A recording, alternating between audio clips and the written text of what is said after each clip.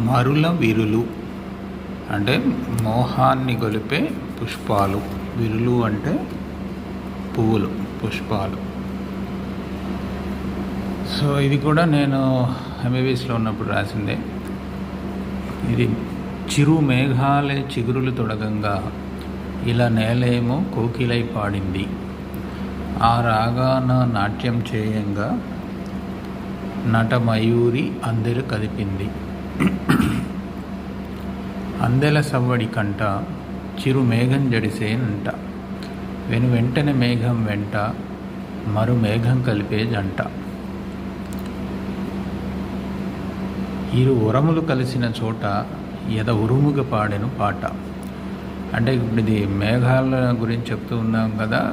ఒక చిరు మేఘం జడుచుకునేసరికి వెంటనే ఇంకో మేఘం దాంతో కలిసిందని.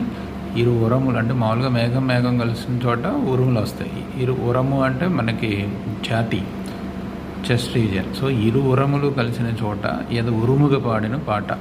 రెండు మేఘాలు కలిసినప్పుడు ఉరుములాగా వచ్చే ఉరుమే పాటలాగా అన్నమాట.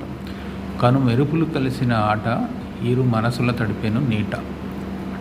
సో ఉరుములతో పాటు మెరుపులు కూడా వస్తాయి. సో వాటిని ఈ విధంగా వర్ణించడం జరుగుతుంది. కలిసిన ఎదలో చిలిపి గాథలే కురిసెను నదిలో చినుకు ధారలే. ఫైనల్గా ఆ రెండు మేఘాలు కలవడం తర్వాత వర్షం వస్తుంది. ఆ చినుకు ధారల్లాగా నదిలో కురిసినాయి. వలువలు దోచిన కన్నయ్య. వలువలు అంటే వస్త్రాలు. కన్నయ్య శ్రీకృష్ణుడు మామూలుగా అప్పుడు ఒక స్టోరీ ఉంటుంది కదా, గోపికల వస్త్రాలను దొంగిలిస్తాడన్నట్లు యమునా నదిలో. అట్లా కలువగా పూచిన కన్య అంటే సిగ్గుతో కలువ పువ్వులాగా ఒక కన్య అంటే కన్య. శ్రీకృష్ణుడు వస్త్రాలు దొంగిలిస్తే కలువ పువ్వులాగా అంటే ఒక సిగ్గుతో పూచిన కన్య.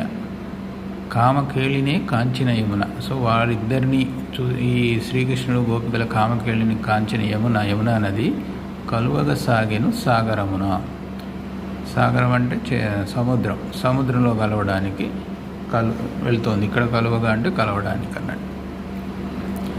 నది మదిలో ఇచ్చిన వెచ్చని విరులే. వెచ్చని విరులే అంటే ఫ్లవర్స్. రతీపతికే నచ్చిన. రతీపతి అంటే రతీదేవి పతి, హస్బెండ్. ఎవరు? మన్మధుడు. నది మదిలో ఇచ్చిన వెచ్చని విరులే రతీపతికే నచ్చిన తన శరమున గుచ్చిన మరుల విరులు. తన శరము అంటే బాణం. మన్మధుడు తన మన్మథ బాణాల్లో గుచ్చుకున్న ఈ మోహపు పుష్పాలు అని. That's all. Thank you.